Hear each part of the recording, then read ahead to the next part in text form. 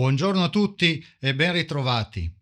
L'argomento di oggi ci porta finalmente ad approfondire un tema che ha suscitato molto interesse e domande nei commenti agli ultimi video che ho dedicato agli Elohim e alla descrizione biblica relativa alla fabbricazione dell'uomo, comparata con la stessa narrazione dei loro corrispondenti sumero-accadici che sono gli Anunnaki. Abbiamo introdotto ed espresso alcuni concetti che, insieme a quelli che tratteremo oggi, sicuramente scardinano l'idea del Dio biblico per come ci è stata sempre propinata. Come abbiamo visto in quei 3 video, dai testi emergono tracce di possibili conoscenze molto evolute e tecnologie di quegli individui che, sempre i testi, ci riferiscono fossero scesi dal cielo e avessero poi, appunto, conformato l'uomo per poi dargli anche la conoscenza.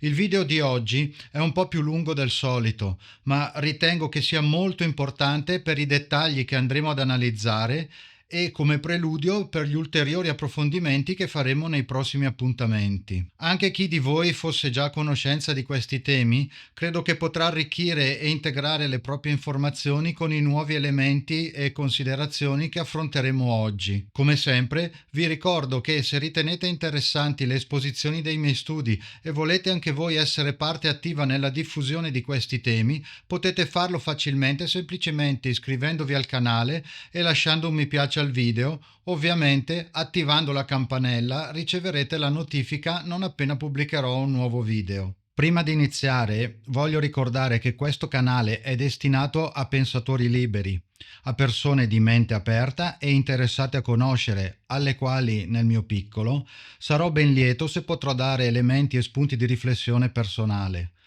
Chi si sentisse disturbato dagli argomenti trattati è ovviamente liberissimo di buttare alle ortiche ogni mia singola parola o abbandonare subito la visione.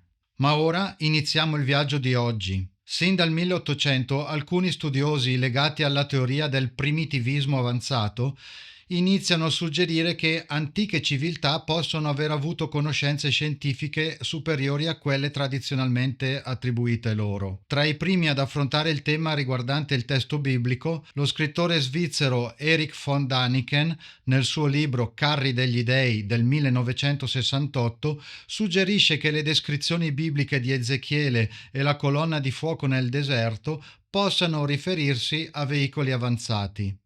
Nel 1974 Joseph Blumrich, un ingegnere della NASA, pubblicò L'astronave di Ezechiele, in cui ipotizzava che la visione di Ezechiele nei capitoli 1 e 10 descrivesse effettivamente una nave spaziale con meccanismi complessi. Gli accenni a caratteristiche evolute degli Elohim e degli Anunnaki, che ho descritto nei video precedenti, hanno suscitato reazioni contrastanti nei commenti. Da una parte c'è chi rifiuta radicalmente tale possibilità e sull'altro fronte chi ha già avuto modo di conoscere e approfondire questi temi ed è interessato ad avere ulteriori dettagli ed elementi.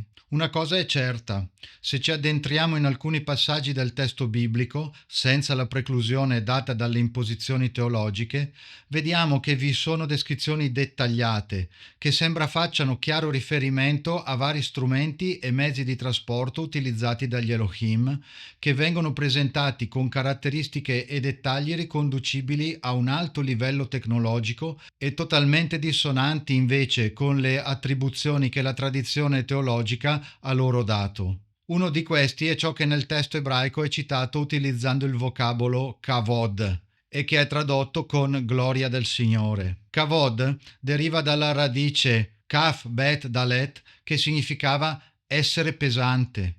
In origine il concetto di kavod era legato a qualcosa di pesante, solido, imponente, potente.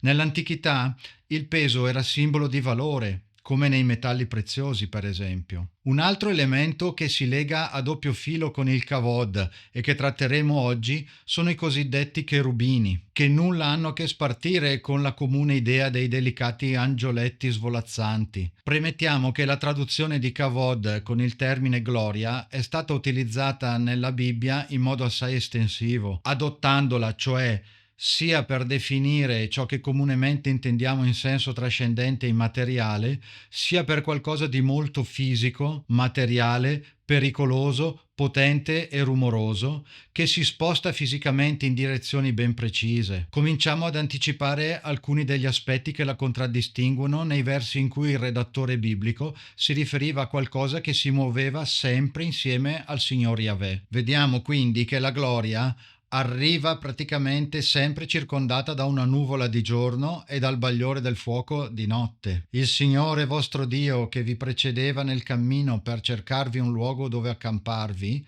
di notte nella colonna di fuoco per mostrarvi la via da percorrere e di giorno nella colonna di nube.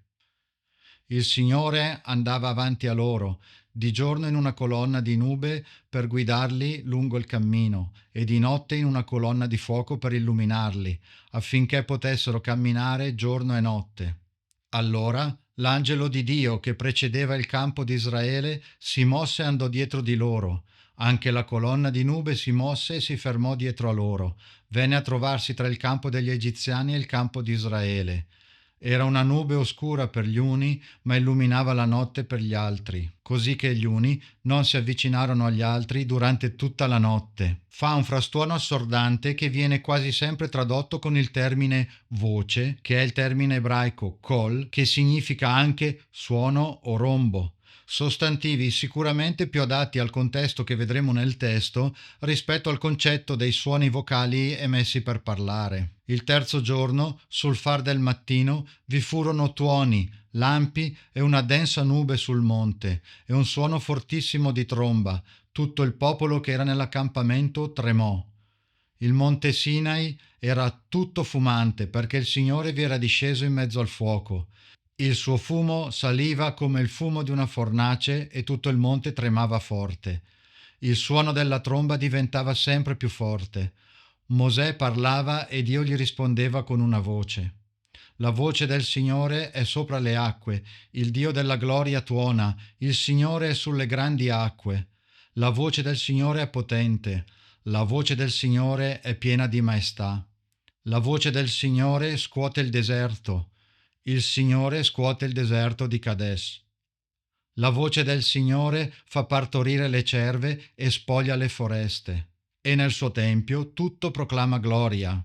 Qui addirittura vediamo che il frastuono e gli effetti del kavod sono talmente potenti da far spaventare e partorire le cerve incinte e da spogliare gli alberi delle foreste. Ma la gloria emette anche raggi o radiazioni da una parte frontale che possono uccidere chi si trovi di fronte, ma non chi le stia alle spalle. Dio viene da Teman, il Santo viene dal monte Paran.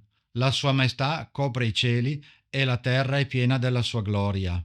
Il suo splendore è come la luce, dei raggi partono dalla sua mano. Là si cela la sua potenza. Davanti a lui cammina la peste, la febbre ardente segue i suoi passi. Il testo è chiaro.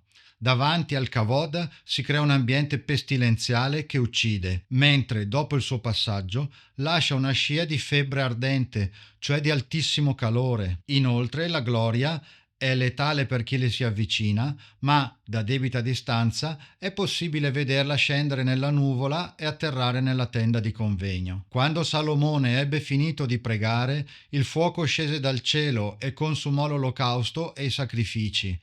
La gloria del Signore riempì il tempio.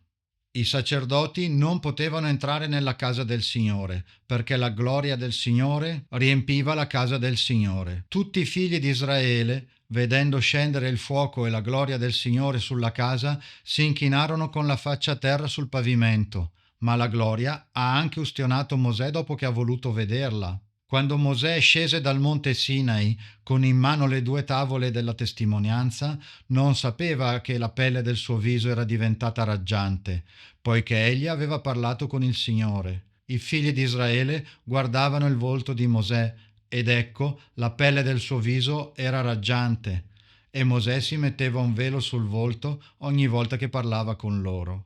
Il suo passaggio nelle vicinanze ha effetti letali sui quali Dio non può fare assolutamente nulla, ma da cui Mosè può essere protetto riparandosi dietro delle semplici rocce. Mosè disse: «Mostrami la tua gloria». Il Signore rispose: Io farò passare davanti a te tutta la mia bontà e proclamerò il mio nome, Signore, davanti a te.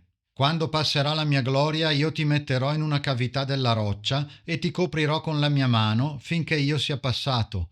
Poi ritirerò la mano e tu mi vedrai di spalle, ma il mio volto non si può vedere. Come abbiamo visto poco fa nei versi di Abacuc, anche in questo caso ci viene spiegato che bisogna stare alla larga dalla parte frontale, mentre alle spalle non ci sono problemi. Dopo che la gloria è atterrata nella tenda di convegno, non è possibile entrare se non bardati con apposite protezioni. Ma i sacerdoti leviti, figli di Sadoc, si avvicineranno a me per servirmi. Quando entreranno nelle porte del cortile interno, indosseranno vestiti di lino. Non indosseranno nulla che contenga lana, mentre esercitano il ministero alle porte del cortile interno e nel tempio. Porteranno turbanti di lino sul capo e mutande di lino sui fianchi.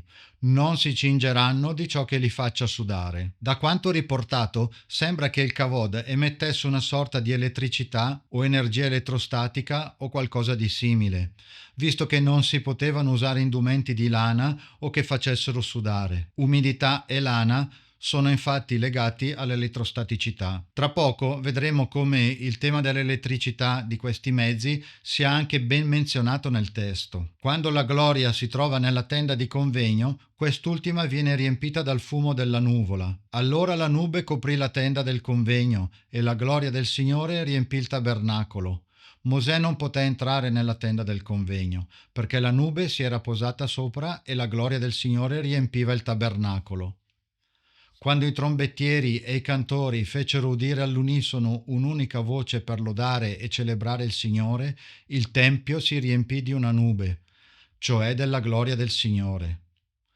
I sacerdoti non poterono rimanere a prestare il servizio a causa della nube, perché la gloria del Signore riempiva il tempio di Dio. Ma sappiamo anche che la si vede arrivare da una direzione ben precisa e andare in un'altra.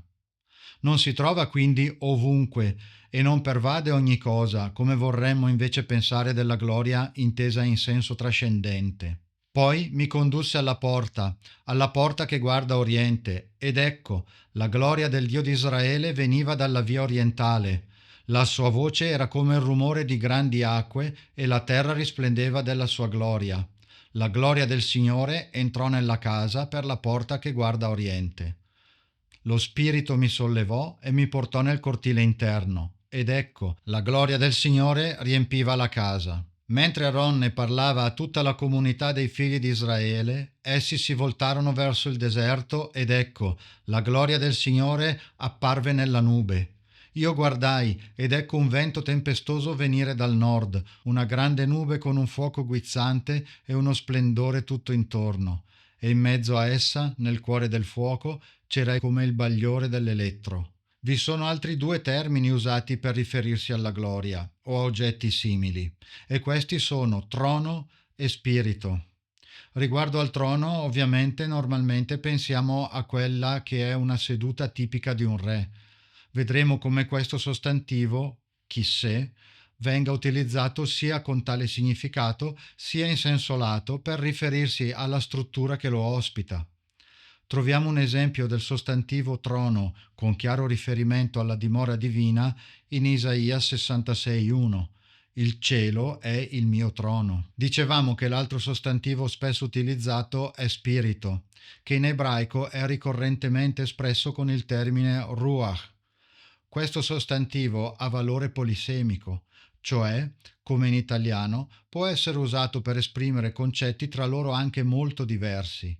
Prendiamo, ad esempio, alcune delle definizioni che ci dà l'Enciclopedia Treccani per spirito, cioè soffio, respiro, spirito vitale, alcol, inteso come lo spirito del vino, morale, anima, entità priva di ogni carattere di corporeità e materialità, fantasma, spettro, eccetera. Vedremo tra poco come in alcuni passi biblici sia chiaro che con il termine ruach, sempre tradotto come spirito, ci si trovi di fronte a ciò che è a tutti gli effetti un soffio, un vento o un getto d'aria, spesso descritto anche come molto rumoroso. Ho accennato alle caratteristiche della gloria o kavod perché, come vedremo ora, è strettamente legata alla presenza e alle funzioni dei cherubini, ma in ogni caso le dedicheremo altri video più avanti. Chi ci dà le informazioni più dettagliate sui cherubini è il profeta Ezechiele. Vediamo di leggere direttamente come ce li presenta. Nell'anno 30, nel quarto mese, il 5 del mese, mentre mi trovavo fra i deportati sulle rive del fiume Chebar, i cieli si aprirono ed ebbi visioni divine. Era l'anno quinto della deportazione del re Joachim, il 5 del mese. La parola del Signore fu rivolta al sacerdote Ezechiele, figlio di Buzi, nel paese dei Caldei, lungo il fiume Chebar. Qui fu sopra di lui la mano del Signore.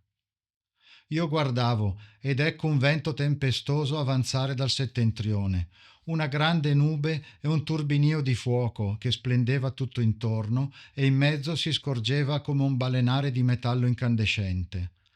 Al centro una figura composta di 4 esseri viventi, di sembianza umana, con 4 volti e 4 ali ciascuno. Le loro gambe erano diritte e i loro piedi come gli zoccoli di un vitello, splendenti come lucido bronzo. Sotto le ali, ai 4 lati, avevano mani d'uomo. Tutti e 4 avevano le proprie sembianze e le proprie ali. E queste ali erano unite l'una all'altra. Quando avanzavano, ciascuno andava diritto davanti a sé, senza voltarsi indietro. Quanto alle loro fattezze, avevano sembianza d'uomo, poi tutti e 4 sembianza di leone a destra, e tutti e 4 sembianza di toro a sinistra, e tutti e 4 sembianza d'aquila. Le loro ali erano spiegate verso l'alto. Ciascuno aveva 2 ali che si toccavano e 2 che coprivano il corpo. Ciascuno andava diritto davanti a sé. Andavano là dove lo spirito li sospingeva e, avanzando, non si voltavano indietro. Tra quegli esseri si vedevano come dei carboni ardenti simili a torce che si muovevano in mezzo a loro. Il fuoco risplendeva e dal fuoco si sprigionavano bagliori. Gli esseri andavano e venivano come una saetta. Io guardavo quegli esseri ed ecco sul terreno una ruota al fianco di tutti e 4. Le ruote avevano l'aspetto e la struttura come di topazio e tutte e 4 la medesima forma. Il loro aspetto e la loro struttura erano come di ruota in mezzo a un'altra ruota. Potevano muoversi in 4 direzioni. Procedendo non si voltavano. Avevano dei cerchioni molto grandi e i cerchioni di tutte e 4 erano pieni di occhi. Quando quegli esseri viventi si muovevano, anche le ruote si muovevano accanto a loro, e quando gli esseri si alzavano da terra, anche le ruote si alzavano.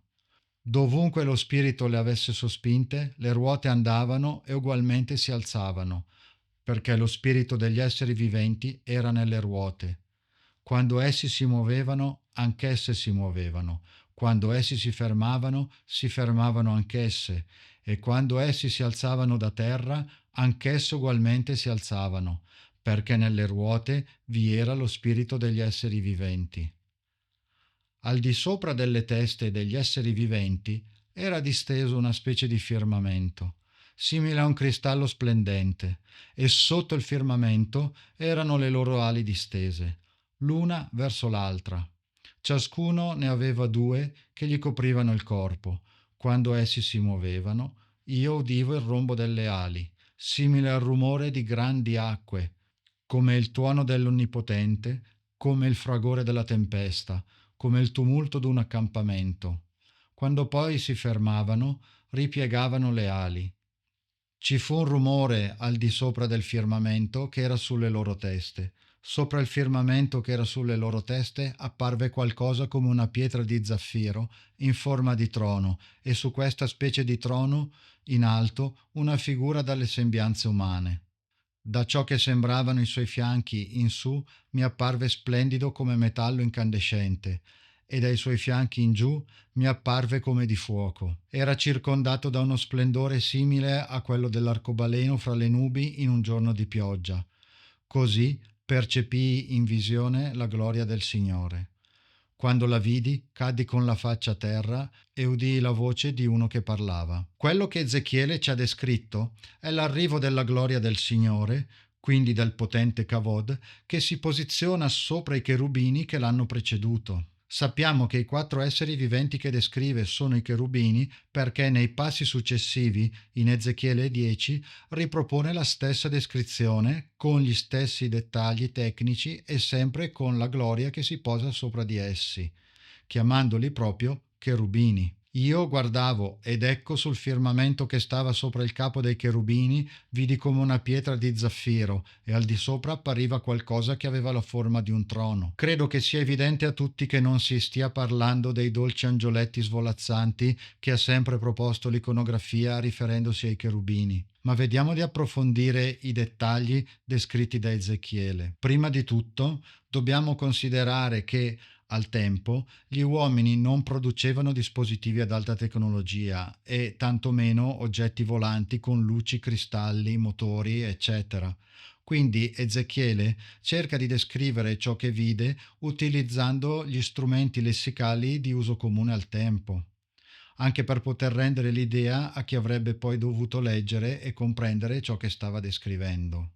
Vediamo che nei versi introduttivi ci dice che ebbe visioni divine. Attenzione perché quel visioni non va inteso come visioni farneticanti di un visionario che sta sognando, ma vanno intese come l'atto del vedere qualcosa, come quando l'annunciatrice in TV vi augura una buona visione del film. Non intende che andiate in qualche sorta di estasi onirica, ma semplicemente che vediate con i vostri occhi. So che è superfluo e tedioso, ma per i più scettici riporto la definizione di visione che l'Enciclopedia Treccani cita in prima posizione come significato principale. Visione: il processo di percezione degli stimoli luminosi, le funzioni e le capacità di vedere, visione vicina, lontana, chiara, distinta, visione diretta, indiretta, visione binoculare, quella dell'uomo e dei vertebrati superiori, in cui si ha l'uso coordinato, sensoriale e motorio dei due occhi, così da ottenere un'impressione mentale unica.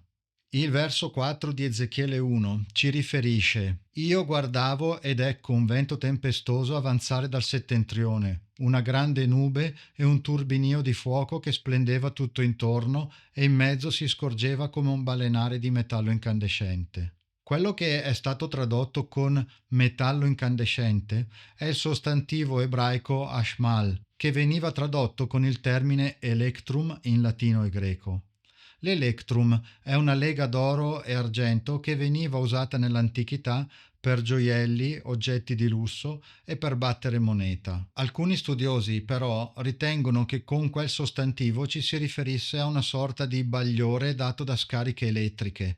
Infatti, anche in ebraico moderno, l'elettricità viene sempre chiamata con lo stesso termine ashmal. Per questo motivo la traduzione in italiano parla sia di metallo sia di incandescenza. Ecco spiegato anche il motivo del particolare abbigliamento di chi si avvicinava al Kavod di cui abbiamo parlato all'inizio. Il verso 5 ci riporta al centro una figura composta di 4 esseri viventi di sembianza umana. Quindi, in questa nuvola fragorosa e con fiamme, vi era qualcosa di metallico e scintillante che erano 4 esseri viventi. Vediamo che Ezechiele non li definisce uomini o persone, ma usò un indefinito esseri che non sono neanche entità eteriche o spirituali, perché nel corso del capitolo specifica più volte che sono viventi. Le loro gambe erano diritte e i loro piedi come gli zoccoli d'un vitello, splendenti come lucido bronzo. Qui ci descrive che avevano gambe diritte, quindi rigide e rettilinee, che terminavano con una sorta di zoccolo e che anch'esse sono realizzate in metallo lucido, come i loro corpi metallici descritti al loro arrivo. A me, sinceramente, con gambe rigide di metallo lucido e zoccoli, viene in mente questo.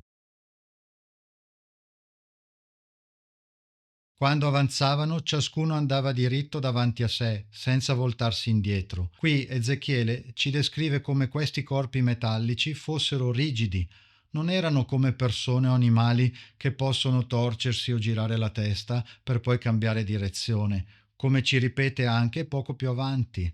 Ciascuno andava dritto davanti a sé, andavano là dove lo spirito li sospingeva e, avanzando, non si voltavano indietro.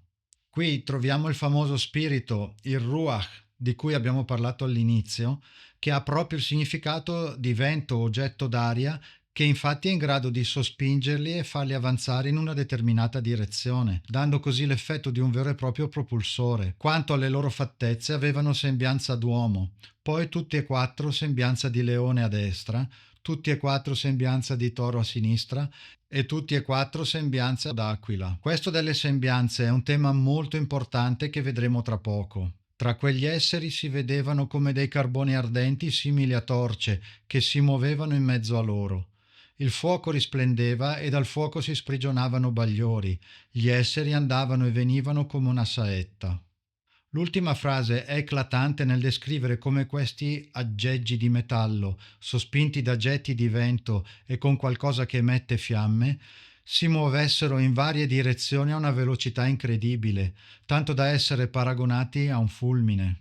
Dalla descrizione sembra che i carboni ardenti che si muovevano tra di loro fossero pietre o altro materiale sul terreno che si era surriscaldato per via proprio di quei getti fiammanti e quindi si muovevano perché spinti dalla pressione di quel flusso d'aria rovente. Io guardavo quegli esseri ed ecco sul terreno una ruota al fianco di tutte e quattro. Le ruote avevano l'aspetto e la struttura come di topazio e tutte e quattro la medesima forma. Il loro aspetto e la loro struttura erano come di ruota in mezzo a un'altra ruota. Qui vediamo che viene descritta la presenza di una ruota per ogni cherubino.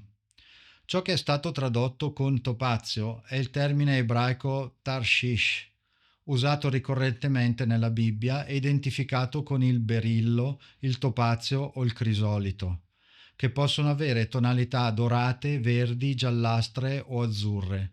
Nei versi successivi Ezechiele ci precisa: quando quegli esseri viventi si muovevano, anche le ruote si muovevano accanto a loro, e quando gli esseri si alzavano da terra, anche le ruote si alzavano. Dovunque lo spirito le avesse sospinte, le ruote andavano e ugualmente si alzavano, perché lo spirito degli esseri viventi era nelle ruote. Quindi queste ruote erano fisicamente, meccanicamente vincolate a quegli esseri e, come riporta il testo, avevano dentro di sé lo spirito, il ricorrente getto d'aria, il ruach, a conferma del fatto che le ruote fossero degli emettitori di un getto di aria o gas.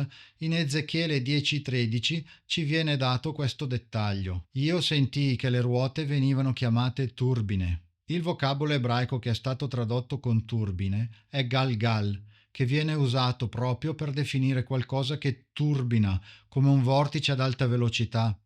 La ripetizione di gal in galgal serve infatti a intensificare l'idea di rotazione turbinosa continua e veloce. Questo è un fenomeno comune nella lingua ebraica, dove la duplicazione di una radice enfatizza o intensifica il suo significato. Quindi Ezechiele, non esistendo al tempo altri sostantivi di uso comune per definire tali propulsori, ha usato il termine ruote per indicare qualcosa di forma circolare e che gira vorticosamente, dalla quale esce un vento rovente in grado di sospingere i cherubini e farli muovere nel cielo come saette. Personalmente, anche considerando che ci dice che sono composte da una ruota dentro l'altra e che hanno colorazioni dorate, verdi, giallastre o azzurre, la prima cosa che mi viene in mente non può certo essere una parte del corpo degli angioletti chiamati cherubini, ma piuttosto questa cosa qui.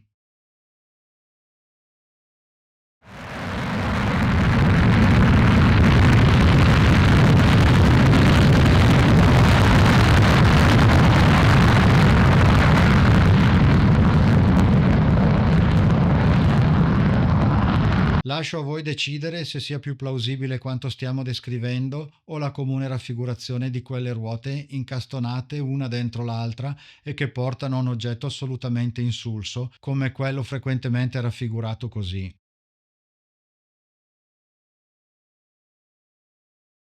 E questo spiega anche perfettamente il frastuono generato da questi angioletti insieme alla polvere e alla nuvola di fumo. Quando essi si muovevano, io udivo il rombo delle ali, simile al rumore di grandi acque, come il tuono dell'Onnipotente, come il fragore della tempesta, come il tumulto di un accampamento. Quando poi si fermavano, ripiegavano le ali.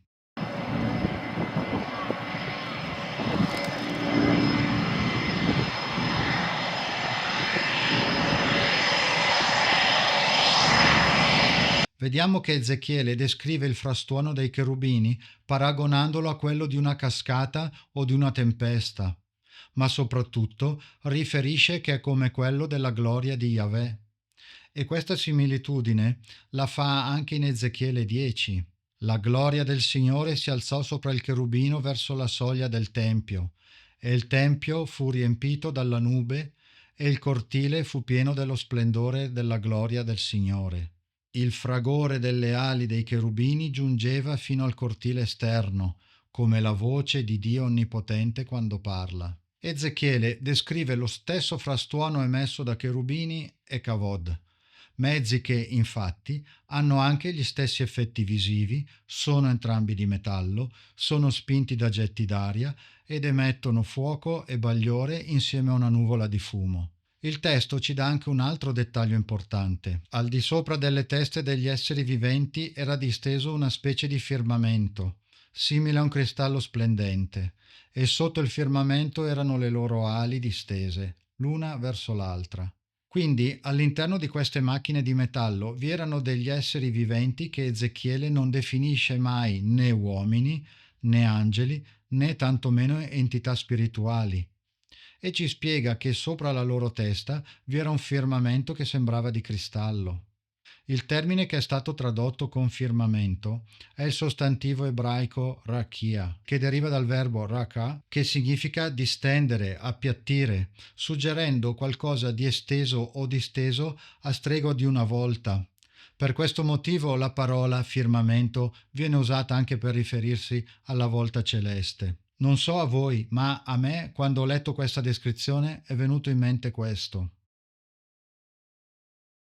Ci fu un rumore al di sopra del firmamento che era sulle loro teste. Sopra il firmamento che era sulle loro teste apparve qualcosa come una pietra di zaffiro in forma di trono, e su questa specie di trono, in alto, una figura dalle sembianze umane. Da ciò che sembravano i suoi fianchi in su mi apparve splendido come metallo incandescente, e dai suoi fianchi in giù mi apparve come di fuoco. Era circondato da uno splendore simile a quello dell'arcobaleno fra le nubi in un giorno di pioggia. Questi versi descrivono l'arrivo della gloria che si ferma sopra i cherubini. Ezechiele ci dice che su quel trono, inteso come sede di Yahweh, vede una figura di sembianze umane, che poteva essere un essere umano o lo stesso Yahweh in persona. Il testo ci conferma che anche la gloria era di metallo incandescente e che emetteva fuoco dalla parte bassa. Sembra che questa operazione di posizionamento della gloria sopra i cherubini sia una procedura ricorrente. Leggiamo un estratto anche di Ezechiele 10. Io guardavo ed ecco sul firmamento che stava sopra il capo dei cherubini vidi come una pietra di zaffiro e al di sopra appariva qualcosa che aveva la forma di un trono. La gloria del Signore si alzò sopra il cherubino verso la soglia del tempio, e il tempio fu riempito dalla nube, e il cortile fu pieno dello splendore della gloria del Signore. La gloria del Signore uscì dalla soglia del tempio e si fermò sui cherubini. I cherubini spiegarono le ali e si sollevarono da terra sotto i miei occhi. Anche le ruote si alzarono con loro e si fermarono all'ingresso della porta orientale del tempio del Signore, mentre la gloria del Dio di Israele era in alto su di loro. Erano i medesimi esseri che io avevo visto sotto il Dio di Israele lungo il fiume Chebar, e riconobbi che erano i cherubini. Dal testo è chiarissimo che vengono descritte manovre ben precise di velivoli e che non si può trattare della gloria di Dio nel senso astratto e trascendente con cui la si vuole far passare teologicamente. Negli ultimi versi Ezechiele dice anche che ha riconosciuto che si tratta degli stessi oggetti che aveva visto presso il fiume Chebar. confermando di averli visti concretamente e non di aver avuto una visione onirica. Ezechiele ci dà anche un'ulteriore particolarità sui cherubini. Sotto le ali, ai 4 lati, avevano mani d'uomo. Disse all'uomo vestito di lino: va fra le ruote che sono sotto il cherubino e riempi il cavo delle mani di carboni accesi, che sono fra i cherubini, e spargili sulla città. Il cherubino tese la mano per prendere il fuoco che era fra i cherubini, ne prese e lo mise nel cavo delle mani dell'uomo vestito di lino, il quale lo prese e uscì. Nei cherubini appariva la forma di una mano d'uomo sotto le loro ali. Ciascuno aveva 4 aspetti e ciascuno 4 ali e qualcosa simile a mano d'uomo sotto le ali. Da queste descrizioni risulta che questi mezzi volanti di metallo avessero una sorta di braccio meccanico paragonabile a una mano che usavano per prelevare elementi dal terreno. E vediamo ancora che l'uomo in vicinanza di questi velivoli era rigorosamente vestito di lino. Anche nel caso di questa parte simile a mani sotto le ali, la prima cosa che mi viene in mente è questa.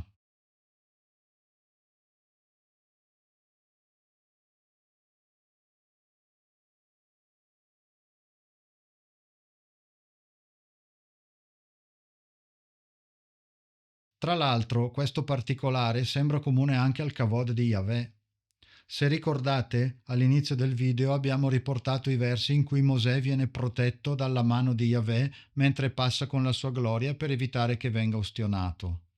Quando passerà la mia gloria, io ti metterò in una cavità della roccia e ti coprirò con la mia mano, finché io sia passato. Poi ritirerò la mia mano e tu mi vedrai di spalle, ma il mio volto non si può vedere. Anche i versi di Abacuc che abbiamo citato prima ci parlano di questa mano del Kavod. Il suo splendore è come la luce, dei raggi partono dalla sua mano. Il testo ci dice anche che dalla mano partono dei raggi. Non sappiamo che tipo di raggi possano essere, ma come minimo, senza pensare a qualcosa di simile a un laser, possono essere raggi di luce emessi da fari. Questo ci collega a un altro dettaglio interessante che ci descrive Ezechiele riguardo i cherubini. Tutto il loro corpo, il dorso, le mani, le ali e le ruote erano pieni di occhi tutt'intorno. È ovvio che non si tratti di occhi in senso anatomico, ma che Ezechiele abbia cercato di riportare l'oggetto più simile a ciò che vide per poter rendere l'idea a chi avrebbe poi letto il testo. Alcuni ricercatori lo interpretano come riferimento a possibili oblò. Personalmente ritengo che sia molto difficile che vi fossero oblò su ogni particolare elencato, comprese le gambe, ma concordemente con il fatto che i cherubini vengono descritti essere scintillanti come l'elettro, è molto più facile che quegli occhi fossero delle luci o dei fari. Ma ovviamente a quel tempo Ezechiele non aveva ancora a disposizione il sostantivo adeguato per parlare espressamente di lampadine o fari.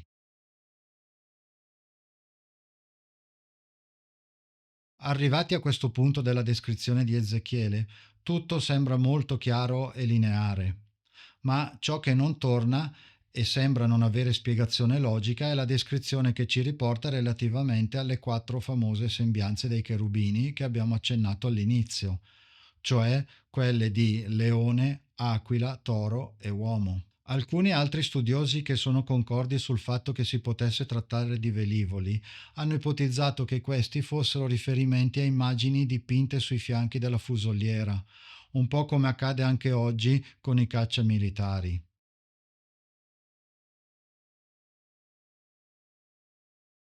In realtà io personalmente ho un'ipotesi diversa su tale caratteristica. Il libro di Ezechiele risulta essere stato scritto nel periodo dell'esilio babilonese, a partire dal 597 a.C., quando il profeta Ezechiele fu deportato a Babilonia insieme a una parte della popolazione di Giuda. Questo avvenne durante la prima fase della conquista babilonese, prima della distruzione definitiva di Gerusalemme nel 586 a.C. Durante il periodo dell'esilio babilonese nel VI secolo a.C., quando Ezechiele visse e scrisse, i giudei si trovavano immersi nella cultura mesopotamica.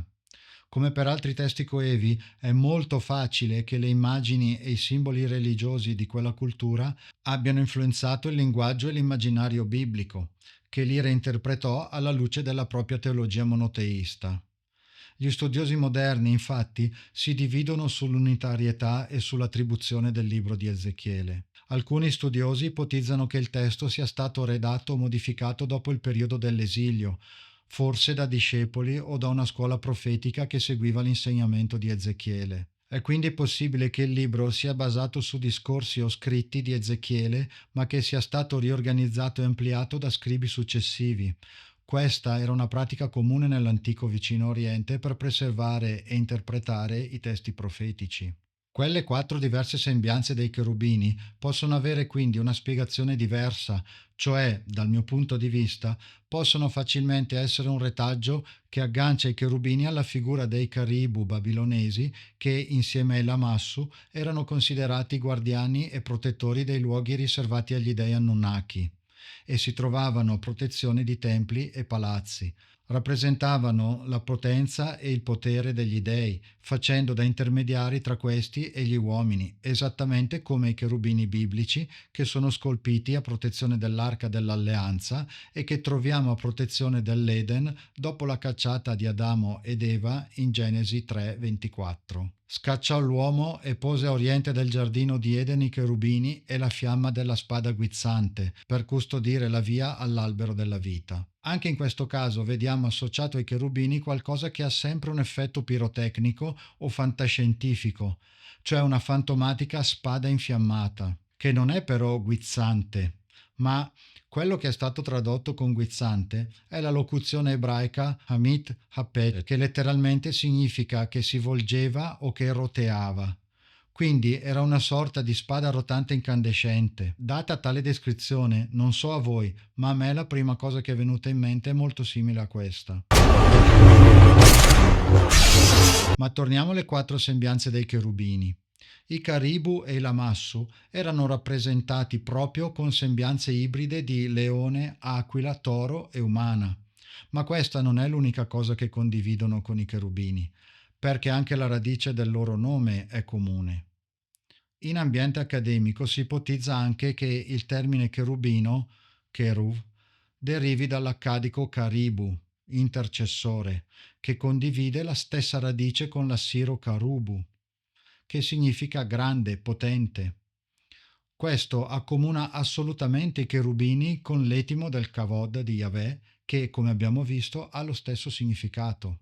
È quindi molto plausibile che tali radici siano una derivata dall'altra nell'esprimere il concetto e il nome dei cherubini, che erano noti per la loro potenza nello svolgere la funzione di guardiani dei luoghi e degli apparati degli dei sumero-accadici e degli Elohim biblici. In sostanza, i cherubini biblici sembrano quindi essere un'evoluzione ebraica di antichi elementi protettori mesopotamici, ma con un'accentuata connotazione che è poi stata legata al Dio di Israele. Il motivo delle 4 sembianze può essere trovato nel loro simbolismo comune per le antiche civiltà. Il toro rappresenta la civiltà agricola di Sumer, mentre il leone incarna le forze selvagge ai margini delle terre conosciute. Con l'influenza accadica, dal 2600 a.C., emerge la figura del leone androcefalo, cioè con testa di uomo, come anche le sfingi egizie, un protettore di dei e sovrani, simile al toro androcefalo.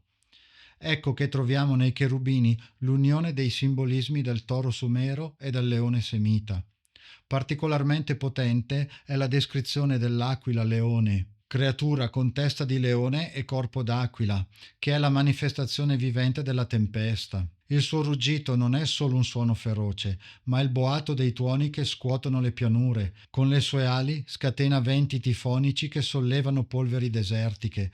Il suo corpo d'aquila si libra nel cielo in tempesta, trasformandosi in nuvole che avanzano all'orizzonte. Come vediamo, gli elementi dei boati roboanti, dei venti e tifoni che sollevano la polvere e delle nuvole sono esattamente quelli con cui sono descritti alla lettera gli effetti visivi e sonori percepiti da chi ha visto i cherubini biblici.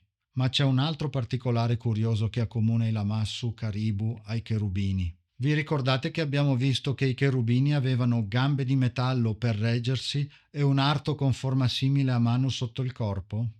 Ebbene, anche i lamassu sono curiosamente raffigurati con un arto aggiuntivo sotto il corpo. Ufficialmente ci viene spiegato che questa sia una scelta stilistica per mostrare la quarta zampa quando le statue sono viste di lato, dato che frontalmente ha le due zampe anteriori affiancate.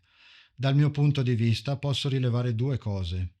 La prima è che tale soluzione stilistica non è presente in nessuno degli altri soggetti rappresentati dalla stessa cultura che ha scolpito il Lamassu. È quindi alquanto strano che la motivazione sia quella e che sia stata relegata solo a loro. È invece assolutamente coerente con il fatto che fosse diffusa nella tradizione orale la caratteristica di questi esseri, che erano descritti con un arto aggiuntivo sotto il corpo, come li ha perfettamente descritti Ezechiele, e che quindi chi si è occupato della loro raffigurazione in forma zoomorfa abbia fatto la cosa più semplice e logica, aggiungendo una zampa in più sotto il corpo. Alla domanda se ci siano velivoli meccanici nella Bibbia, non possiamo che rispondere di sì, dato che sono chiaramente descritti essere di materiale metallico nelle fattezze delle ali, dei propulsori, del carrello con cui si posano sul terreno e anche per il fatto che ospitano, sotto il cupolino di cristallo, gli esseri viventi che gestiscono la potenza del getto propulsivo con cui si muovono rapidamente in tutte le direzioni come saette. Mentre alla domanda se vi siano dolci svolazzanti leggiadri angioletti chiamati cherubini, non possiamo che rispondere assolutamente no. Non ve n'è proprio traccia.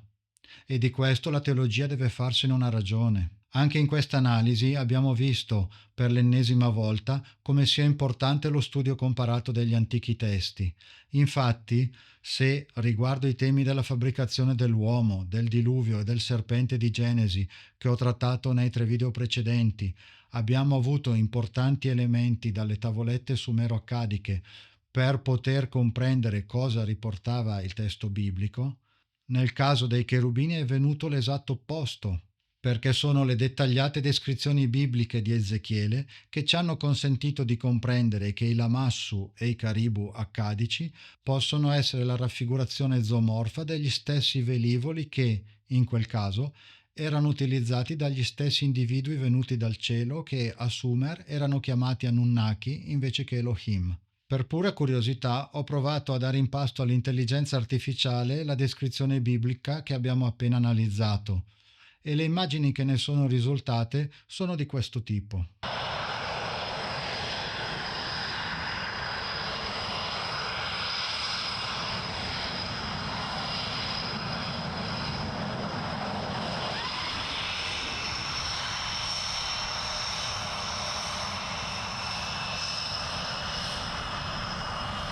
Sarebbe interessante vedere nei commenti la spiegazione di qualcuno che mi facesse cambiare idea e che mi convincesse che i cherubini sono effettivamente ciò che la tradizione teologica ci ha inculcato nella mente sin da piccoli, ovviamente cercando anche di capire come si sia arrivati a tale conclusione, dato che il testo dice chiaramente che erano di metallo e che facevano fiamme, vento e fragore. Nei prossimi appuntamenti proseguiremo il nostro viaggio con l'analisi di altri passi che descrivono queste tecnologie.